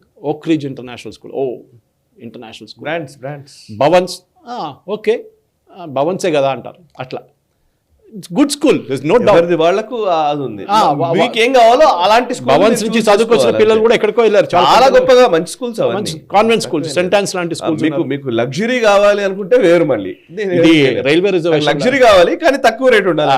మీరు వందే భారత్ లో బుక్ చేస్తున్నప్పుడు టికెట్ చాలా మంది కంప్లైంట్ చేస్తారు, ఏంటి ఇంత రేట్ ఏంటని, కానీ టికెట్లు దొరకవు. అది ప్రాబ్లం. సో అదే టైంలో మీరు సెకండ్ క్లాస్లో వెళ్ళండి అన్రిజర్వ్డ్ లో, లేకుంటే మీరు ఏసీ లేకుండా, అది కాదు మాకు ఏసీ కావాలి, మాకు బాత్రూమ్లు క్లీన్ ఉండాలి. ఈ ఆర్గ్యుమెంట్స్ చాలా మందికి నచ్చకపోవచ్చు, but it is the big debate, it has to happen. నేనేం చెప్తున్నా అంటే కొంతమంది పేరెంట్స్ ని, ఎడ్యుకేషనిస్ట్ ని పిలిపించుకొని, సాయి గారు మీరు స్టూడియోలోనే మాట్లాడాలి డిబేట్ మాట్లాడితే చాలా బాగుంటుంది. లేకుంటే ఏదైనా స్కూల్లో హోస్ట్ చేయండి, కరెక్ట్. నేను కావాలంటే అరేంజ్ చేసి ఇస్తాను. షూర్ షూర్ కొంతమంది పేరెంట్స్ పిలవండి, కొంతమంది ఎడ్యుకేషనల్ పిలవండి. దీనికి ఒక మిడిల్ గ్రౌండ్ ఉండాలి ఎక్కడో. కరెక్ట్. వ్యాపారం అంటే వ్యాపారం, ఎస్. నేను ఎవరైనా చెప్తే స్కూల్ వాళ్ళు మా వ్యాపారం కాదంటే తప్పు. మీరు 10 కోట్లు పెడుతున్నారు, మీకు 15 కోట్లు కావాలి, రేపు ఒక ఇంటర్నేషనల్ బయర్ వస్తే 80 కోట్లకి అమ్మేసి మీరు వెళ్ళిపోతారు. అంటే గవర్నమెంట్ రూల్ ప్రకారం సొసైటీయో సర్వీస్ మోటోతోటే ఉండాలనేది వీళ్ళు పెట్టిన రూల్. సాయి గారు, ఎయిర్లైన్ ఇండస్ట్రీ ముందు అట్లానే ఉండే. ఎయిర్ ఇండియా ఏమైందంట? ఇప్పుడు ఏమైంది? కరెక్ట్. రైల్వే కూడా అంతే ఉండే. ఇప్పుడు రైల్వే ఏమైంది? మేము ప్రాఫిట్ అంటున్నారు వాళ్ళు. ప్యాసింజర్ ట్రాఫిక్ నుంచి మాకు ప్రాఫిట్ రావట్లేదు, కరెక్ట్ కరెక్ట్. కానీ రావాలంటున్నారు. అన్ని సెక్టర్స్లో కాంపిటీషన్ వచ్చేస్తుంది. కానీ ఎడ్యుకేషన్కి వచ్చేటప్పుడు ఏమవుతుందంటే మనకు మిడిల్ క్లాస్ ఆస్పిరేషన్స్, ఇది డబ్బులు ఉన్నవారికి ప్రాబ్లం లేదు. ఇది అవును, డబ్బులు ఇది మన మిడిల్ క్లాస్ ఆస్పిరేషన్. ఏంటంటే మా పిల్లల్ని కిందకు రాలేరు, పైకి పోలేరు. ఇప్పుడు మీ దగ్గర 3 పిల్లలు ఉంటే మీకు టెన్షన్, ఒక అమ్మాయి ఒక అబ్బాయి ఉంటే టెన్షన్ లేదు, సరే వాడిని చూసుకోవాలి ఆమెను చూసుకోవాలని చెప్పి. 2 ఉంటే మీరు బ్యాలెన్స్ చేస్తారు. అరే వీళ్ళిద్దరిని ఒకటే స్కూల్లో పంపించాలన్నా, ఇదే ఒకటే ఫీజా, ఈ వాళ్ళ యూనిఫామ్లు, వాళ్ళ మిగతా దానికి బ్యాగులు, అది ఇది షూస్ అన్నీ వచ్చేస్తుంది దాంట్లో. మా కూతురు చదివినప్పుడు she studied in Indus World School Yapral సైనిక్పురిలో, అప్పుడు 1.4 lakhs ఫీజు ఉండే Sai garu. I'm talking of quite some time back, 2013 టైంలో. 2013లో అంటే ఫినిష్డ్ ఇన్ 2013 ఆ టైంలో, అంటే 2008 నుంచి 13, 1.4. కానీ దాంట్లో ఫీజులో food, breakfast, lunch, evening snacks, uniform అన్నీ కవర్డ్ ఉండే. ఇప్పుడు నేను అఫోర్డ్. దాని తర్వాత ఆమె మణిపాల్కి వెళ్ళినప్పుడు అక్కడ ఫీజు 80,000 రూపాయలే. అంతే మరి. అప్పుడు మీరు అడగవచ్చు ఏంటో యూనివర్సిటీ అంత తక్కువ ఉంది, అక్కడ హాస్టల్ ఉంది. హాస్టల్ అట్లా లెక్కేస్తే అసలు మొన్ననే మధ్య నేను ప్లే స్కూల్ ఎక్కడికో వెళ్ళి చూశాను, మా అబ్బాయి కోసం. వాడికి చూస్తే 2 లక్షల ఫీజు చెప్పారు. 3 గంటలు ఉంటాడు వాడు, 8 గంటలకి స్కూల్కి వెళ్తాడు. అరే ప్లే స్కూల్ అది ఏం లేదు, అక్కడ ఆడించడమే, నథింగ్ బట్. 8 నుంచి 12 మధ్య ఉండేదానికి 2 లక్షల ఫీజు చెప్పారు. ఓకే రైట్, థ్యాంక్ యూ అరే. లేదు, యూజువల్లీ మీరు చూస్తారు, మీ ఇంటికి వచ్చినప్పుడు ఫస్ట్ టైం అడుగుతా, ఎక్కడ చదువుతున్నా బాబు, ఎక్కడ చదువుతున్నా అమ్మా, నేను ఈ స్కూల్కి వెళ్తున్నా. మీరు ఉండకూడదు, మీరు అక్కడ గవర్నమెంట్ స్కూల్ అని చెప్పారనుకోండి, గవర్నమెంట్ స్కూలా, అదేదో తక్కువ, మీరు కూడా మీ బ్రాండింగ్ చేసుకుంటున్నారు అక్కడ. మీరు మీ బ్రాండ్ తగ్గించుకుంటే బెటర్. కరెక్ట్. సరే, ఇక మనం ఒకసారి సంబల్ ఇష్యూలో యోగి ఆదిత్యనాథ్ మాట్లాడారు. యోగి ఆదిత్యనాథ్ చాలా ఒక పవర్ఫుల్ స్టేట్మెంట్ ఇచ్చారు. Wounds will heal once surgery done. Surgery అయిపోయిన తర్వాత ఎట్లా గాయాలు మానుతాయి, కానీ సర్జరీ చాలా ఇంపార్టెంట్, లేదంటే క్యాన్సర్ పెరుగుతుంది అని అన్నారు. సో అది సంబాల్కి ఆయన ఆపాదిస్తూ మాట్లాడడం. సంబాల్కి సంబంధించి మనకు తెలుసు, దాని గురించి మనం చాలాసార్లు మాట్లాడుతూనే ఉన్నాం నేషనల్ రౌండప్లో, అండ్ ప్రేక్షకులకు కూడా చాలా స్టోరీస్ ద్వారా మనం చెప్తూనే వస్తున్నాం. బట్ సంబాల్ ఇష్యూని యోగి ఆదిత్యనాథ్ చూసిన దృక్కోణాన్ని మీరు ఎట్లా ఎక్స్ప్లెయిన్ చేస్తారు, ఎట్లా విశ్లేషిస్తారు? బ్యాండేడ్ సొల్యూషన్ కాదు సాయి గారు ఇది. కరెక్ట్. గాయాలకు ఏదో మందు పూసినట్టుగా కాదు. ప్లేసెస్ ఆఫ్ వర్షిప్ యాక్ట్ తీసుకొచ్చి అక్కడ మీరు ఇంకా గుడి ఉంటే గుడినే ఉంటుంది, మాస్క్ ఉంటే మాస్క్నే ఉంటుంది, ముట్టకూడదని చెప్పి నరసింహరావు గారు తీసుకొచ్చిన రూల్ అది. అది ఛాలెంజ్ చేయాలి, సుప్రీంకోర్టు ముందే ఛాలెంజ్ ఆల్రెడీ ఉంది ఇప్పుడు. కానీ దానికన్నా ఎక్కువ ప్రాబ్లం ఎక్కడ వస్తుంది సాయి గారు అంటే, ఇది ఒక కేసు కాదు, సంబల్ ఈజ్ అన్ ఎగ్జాంపుల్. మనం సంబల్ గురించే మాట్లాడుతున్నాం. సంబల్ లాగా ఇంకా 100, 200, 300 ప్లేస్లు ఉన్నాయి. కేరళలోనే మీకు 180 మందిరాలు టిప్పు సుల్తాన్, హైదర్ అలీ కొట్టుపడేస్తుంది. 180 తక్కువ రికార్డ్స్లో ఉన్నాయి, దానికన్నా ఎక్కువ అన్అఫీషియల్ రికార్డ్స్లో ఉందన్నమాట. మళ్ళీ దాన్ని రీక్లెయిమ్ చేయకూడదా సాయి గారు? ఈజిప్షియన్ సివిలైజేషన్ ఎట్లా పోయింది సాయి గారు చెప్పండి ఇప్పుడు నాకు. ముందు ఎంత ప్రౌడ్ సివిలైజేషన్ ఉండే, కాన్స్టాంటినోపుల్, ఈజిప్షియన్ సివిలైజేషన్. ఈ సివిలైజేషన్స్ అన్నీ పోయినాయి, మన భారతదేశం ఒక్కటే మిగిలింది సివిలైజేషన్గా. The longest occupied city Kashi మన దగ్గర. మిగతా ప్లేస్లో కూడా అన్నీ రివర్ పక్కనే ఉంటుంది సివిలైజేషన్స్ అంతా. మీరు చూస్తుంటే యూఫ్రటిస్ కానివ్వండి, మిగతా రివర్స్ పక్కనే ఉంటుంది, నైల్ పక్కనే ఉంటుంది. కానీ మన దేశంలోనే ఇది మిగిలింది, ఎందుకంటే we were able to hold on to our civilisation. Syria was not a Muslim country, Muslim country అయిపోయింది. Iran was not a Muslim country, Muslim అయిపోయింది సాయి గారు. ఎందుకంటే వాళ్ళ సివిలైజేషన్ని వాళ్ళు పక్కన పెట్టేశారు. మనం ఆ తప్పు చేయకూడదు. వీ హ్యావ్ టు రీక్లెయిమ్ ఆ సివిలైజ్. దానికి వెళ్ళి గొడవ చేయాలనో, రాలేరు తీసుకురాయాలో ఏం చెప్పారు, లీగల్ మెథడాలజీ ఉంది. సాయి దీపక్ గారు చాలా మంచిగా ఎక్స్ప్లెయిన్ చేశారు దాన్ని. ఎందుకు క్లెయిమ్ చేయాలి? We should not be apologetic about it. అది గుడి ఉండే ముందు మీరు వచ్చి వాళ్ళు ధ్వంసం చేసి దాని మీద మస్జిద్ కట్టుకున్నారో ఏం కట్టుకున్నారో మాకు తెలియదు, కానీ అది ఒరిజినల్గా ఏముండే దాని రిటర్న్ అదే స్టేట్కి తీసుకురావాలి. ఇది జరగాలి, దీనికి సర్జరీ కావాలని చెప్పారు. That is a very good point actually. So మీరు వచ్చి కాదు అది ఎందుకు, మీరు అంత సెక్యులర్ కంట్రీ కాదు. ఏం సెక్యులర్ అండి నాకు అర్థం కాదు. ఎవరు తీసుకొచ్చాడు వర్డ్ సెక్యులర్ అనేది? సెక్యులర్ అంటే ఏ రిలీజన్ ఉండకూడదు, no religion should be, government should not have any touch with any religion. అది కాకుండా మాకు ఎండోమెంట్స్ పెట్టుకున్నారు, మిగతా వాళ్ళకి ఏం లేదు. సో డెఫినెట్గా, ఎందుకంటే ఇప్పుడు యోగి గారు రెఫర్ చేసినప్పుడు కూడా చాలామంది చెప్పారు, సనాతన ధర్మం గురించి మాట్లాడారు, అది విష్ణుది 10వ అవతార్ కల్కి గురించి మాట్లాడారు. దాని తర్వాత ఈ కల్కి టెంపుల్ సంబల్లో మాట్లాడుతున్నప్పుడు అది చెప్పారు ఆయన. ఎప్పుడు జరిగింది? అక్బర్ రూల్ జరిగింది. అండ్ ఎక్కడుంది? ఆ బుక్లో రాసుంది, వాళ్ళ బుక్లోనే రాసుంది, ఆయనే అక్బర్లో రాసుంది బుక్ ఇది. అక్కడ ఒక గుడి ఉండేది, ఆ గుడి బలగొట్టి మస్జిద్ కట్టామని చెప్పేసి. ఎందుకంటే వాళ్ళకి ఒక సివిలైజేషన్ మీరు కంప్లీట్గా పడేయాలంటే సాయి గారు, you should remove the religious icons. అది వీళ్ళు ట్రై చేశారు ఈ ముగల్స్ వచ్చి. ఇక్కడున్న హిందూ ఐడెంటిటీని మొత్తం ధ్వంసం చేయడానికి ట్రై చేస్తారు. చాలా మటుకు సక్సెస్ఫుల్ అయ్యారు వాళ్ళు. నార్త్ ఇండియాలో ఉన్న ఎంతమంది గుడిలు కొట్టుపడేశారో అది చాలా క్లియర్. అదే స్ట్రాటజీ టిప్పు సుల్తాన్ ఇక్కడ కేరళ వైపు, కొడుగు వైపు ట్రై చేశారు, వాళ్ళ ఫాదర్ కూడా హైదర్ అలీ. అంటే మీరు ఒక కంప్లీట్ సివిలైజేషన్ కొట్టిపడేయాలంటే కంప్లీట్ తీసేసేయండి. సిరియాలో ఎక్కడుంది? ఇరాన్లో ఎక్కడుంది? బహాయి కల్చర్ లేదు, పోయింది మొత్తం కంప్లీట్గా. అట్లాంటి చాలా దేశాలు ఉన్నాయి who are not Islamic but became Islamic. ఎందుకంటే అక్కడి నుంచి మొదలైంది. వాళ్ళు వచ్చి, నేను అడిగాను మొన్న ఒక డిబేట్లో కూడా వచ్చి, ఆఫ్ఘనిస్తాన్ ఎట్లా అవుతుంది, ఆఫ్ఘనిస్తాన్ హిందూ ఎక్కడైంది అని చెప్పాను. కండహార్ అనే ప్లేస్ని ఎక్స్ప్లెయిన్ చేయమని చెప్పాను. నువ్వు కండహార్ అనే పేరు ఎట్లా వచ్చింది ఎక్స్ప్లెయిన్ చేయి, ఉర్దూలో చూపి నాకు కండహార్ ఎక్కడుందని. Definitely it was a part of Akhand Bharat ఒక టైంలో. అది బ్రిటిష్ వాళ్ళు డివైడ్ చేశారు. అది ఇంకోటి, అది ఈవెన్ ఆఫ్ఘనిస్తాన్ ఇప్పుడు యాక్సెప్ట్ చేయట్లేదు. డురాన్ లైన్ మా లైన్ కాదంటున్నారు పాకిస్తాన్తో. మొత్తం పాకిస్తాన్ మాదే అంటున్నారు ఆఫ్ఘనిస్తాన్ వాళ్ళు. కరెక్ట్. సో డెఫినెట్గా మన దగ్గర ఈ మహాకుంభ్ వచ్చినప్పుడు కూడా చూసాం సార్, అక్కడ కూడా వెళ్ళి మాకు వకఫ్ బోర్డు ఉందన్నారు. చాలా బాగా చెప్పారు యోగి ఆదిత్యనాథ్ గారు. వకఫ్ బోర్డు కాదు, బోర్డ్ ఆఫ్ మాఫియా అన్నారు. సో ఫస్ట్ మనకు తెలుసు అందరికీ పర్టికులర్ ఈ బిల్ తీసుకురావాల్సింది నెక్స్ట్ పార్లమెంట్ సెషన్లో తీసుకురావాలి. ఫస్ట్ ఈ వకఫ్ బోర్డుని మొత్తం సెటిల్ చేసుకోవాలి complete once and for all. అది కేరళలో మునంబం నుంచి మనం యూపీలో ఉన్న మిగతా స్ట్రక్చర్స్ కూడా మొత్తం చూస్తున్నాం. ఎక్కడున్నా కానీ కర్ణాటకలో చాలా గుడులు కూడా వాళ్ళు ఇప్పుడు అంటున్నారు వకఫ్ అంటున్నారు. మొత్తం దీని అన్ని బంద్ చేయాలి, టైం వచ్చింది సాయి గారు. అండ్ వాట్ ఈ సెడ్ ఇస్ ఎగ్జాక్ట్లీ కరెక్ట్. ఇది చేయాల్సింది. ఇప్పుడు సోషలిస్ట్ కాదు మన కంట్రీ, సెక్యులర్ కాదు మన country. We are a proud Hindu civilisation. దాని తర్వాత వచ్చిన సివిలైజేషన్ మాకు సంబంధం లేదు. వాళ్ళు వచ్చున్నారు, బాగానే ఉన్నారు. We will stay peacefully with them. There is no problem with it. వాళ్ళ రిలీజియన్. మా ఇంటి నుంచి దీనికన్నా ముందు కూడా చెప్పాను, మా విలేజ్ కేరళలో ఉన్న మా విలేజ్ నుంచి 16 కిలోమీటర్ దూరంలో ఉన్న Cheran Juma Masjid is the first mosque outside Mecca and Medina. First మస్జిద్ మెక్కా మదీనా బయట ఉంది. అప్పుడు ఆలోచించండి కల్చర్ ఎక్కడి నుంచి మొదలైంది అనేది. కానీ దానికోసం వాళ్ళు వెళ్ళి ఏదో పలగొట్టికి పెట్టలేదు. అక్కడ హిందూ గుడి కట్టాలుండే ఆ మెటీరియల్ యూజ్ చేసుకొని మస్జిద్ కట్టారు. చేరన్ కింగ్ అలౌ చేశారు, ఆయనే వెళ్ళారు, ప్రాఫిట్ కలిశారు, ప్రాఫిట్ స్ప్లిట్టింగ్ ద మూన్ చూపించారు, అన్నీ అయింది, పెద్ద కథ అది. కానీ కల్చర్ అండ్ సివిలైజేషన్ అనేది సాయి గారు every country should be proud of it. అది మీరు ఇస్లామిక్ ఉండొచ్చు, మీరు ఏ దేశం అని ఉండొచ్చు, క్రిస్టియన్స్ ఉండొచ్చు. ఇప్పుడు చూడండి బ్రిటన్లో ఏమవుతుంది, their culture is under attack. Sharia law కావాలంటున్నారు బ్రిటన్లో. ఇప్పుడు వాళ్ళు అక్కడ పాకిస్తాన్ నుంచి మిగతా ప్లేస్ నుంచి వచ్చిన వాళ్ళకి కావాల్సింది బ్రిటిష్ వాళ్ళకి ఇదంతా. Correct sir. ఇక నెక్స్ట్ అంశంలోకి వెళదాం సార్. ఒకసారి మన్మోహన్ సింగ్కి మెమోరియల్ గురించి మనం గతంలో మాట్లాడాము, మీరంతా ఎక్స్ప్లెయిన్ చేశారు. యాక్చువల్లీ ఎట్లా ఉంటుంది, ట్రస్ట్ ఫామ్ చేయాలి, దాని ప్రాసెస్ ఏంటి, అవన్నీ ఎక్స్ప్లెయిన్ చేశారు. ఈ లోపల ప్రణబ్ ముఖర్జీకి మెమోరియల్ని కేటాయిస్తూ స్మృతి స్థలం కేంద్ర ప్రభుత్వం అలకేట్ చేసింది. సో ఒకసారి వెంటనే చర్చ అంతా మొదలైందనమాట. అసలు ప్రణబ్ ముఖర్జీ అండ్ మన్మోహన్ సింగ్ ఇద్దరి గురించి చర్చ నడుస్తుంది. కాంగ్రెస్ ఏమో మన్మోహన్ సింగ్కి కావాలని అడుగుతుంది కానీ ప్రణబ్ ముఖర్జీ గురించి మాట్లాడట్లేదు. అండ్ పివి నరసింహారావు గురించి మాట్లాడేది. సో అంటే గాంధీ లేదా నెహ్రూ ఫ్యామిలీకి ఎవరైతే అనువుగా ఉంటారో లేకపోతే వాళ్ళ గురించి మాత్రమే మాట్లాడతారా? మన్మోహన్ సింగ్కి ఏమో వాల్యూ ఉండాలంటారు, బట్ రాష్ట్రపతిగా పనిచేసిన ప్రణబ్ ముఖర్జీకి వాళ్ళేమో అడగట్లేదు. అండ్ ప్రధానమంత్రిగా పనిచేసిన పివి నరసింహారావు గారికి వాళ్ళు స్మృతి స్థలం అడగట్లేదు.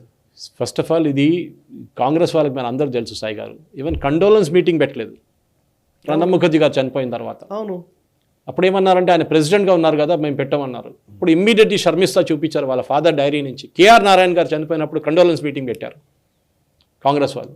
ప్రణబ్ ముఖర్జీకి చేయలేదు, ఎందుకంటే Pranab Mukherjee wanted to be the prime minister, కానీ ఆయనకు ఛాన్స్ ఇవ్వలేదు. మన్మోహన్ సింగ్ని ప్రధానమంత్రి చేశారు. అది అందరికి తెలుసు హిస్టరీ. అది ఎందుకు చేశారు నచ్చదు కదా. Pranab Mukherjee was his own man. ఆయన అసలు వీళ్ళు ఇట్లాంటి నరసింహరావు లాగా అనమాట, వీళ్ళు ఎవరిని పట్టించుకోరు ఆయన. అదొకటి. సెకండ్ థింగ్, మీరు ఒక ట్రస్ట్ ఫామ్ చేయాలి. ఫస్ట్ మీరు ఎక్స్ప్లెయిన్ చేస్తారు, ట్రస్ట్ ఒకటి ఫామ్ చేయాలి. ఒక ట్రస్ట్, ఇండిపెండెంట్ ట్రస్ట్. వాళ్ళు మీరు కమిటీ మెంబర్స్ మీరే డిసైడ్ చేసుకోవచ్చు. ఫ్యామిలీ వాళ్ళు ఉంటారు, అందరు ఉంటారు, పర్సన్స్ ఆఫ్ ఎమినెన్స్ ఉంటారు దాంట్లో. ఇప్పుడు దాకా మన్మోహన్ సింగ్ ఫ్యామిలీ సెటప్ చేయలేదు. వాళ్ళు ఇంకా they are still in that process of coming out of the shock. వాళ్ళు టైం తీసుకుంటారు, 1 నెల 2 నెలలు తీసుకున్న తర్వాత ఒకసారి ట్రస్ట్ సెటప్ చేసిన ట్రస్ట్కి ల్యాండ్ హ్యాండ్ ఓవర్ చేస్తారు. గవర్నమెంట్ కాదు నడిపించేది, ట్రస్ట్కి hand over. Whereas in Pranab Mukherjee's case వాళ్ళ ట్రస్ట్ ఇమీడియట్గా ఫామ్ చేసుకున్నారు. శర్మిస్తా. సో వాళ్ళకి ట్రస్ట్ వాళ్ళకి ఇచ్చేశారు. నేను ఇప్పుడు అడుగుతున్నా సాయి గారు, Revanth Reddy should demand that PV Narasimha Rao గారికి కూడా ఒక మెమోరియల్ ఢిల్లీలో కావాలని చెప్పేసి, పివి నరసింహారావు గారికి భారతరత్న ఇవ్వాలని చెప్తున్నారు. ఇక్కడ ఫ్లైఓవర్ ఇనాగ్రేట్ చేసేప్పుడు మన్మోహన్ సింగ్ గారు పేరు పెట్టారు. దానికన్నా ముందు ఎంతో ముఖ్యమంత్రులు ఉన్నారు, ఎంతో ప్రధానమంత్రులు ఉన్నారు ఆంధ్ర నుంచి.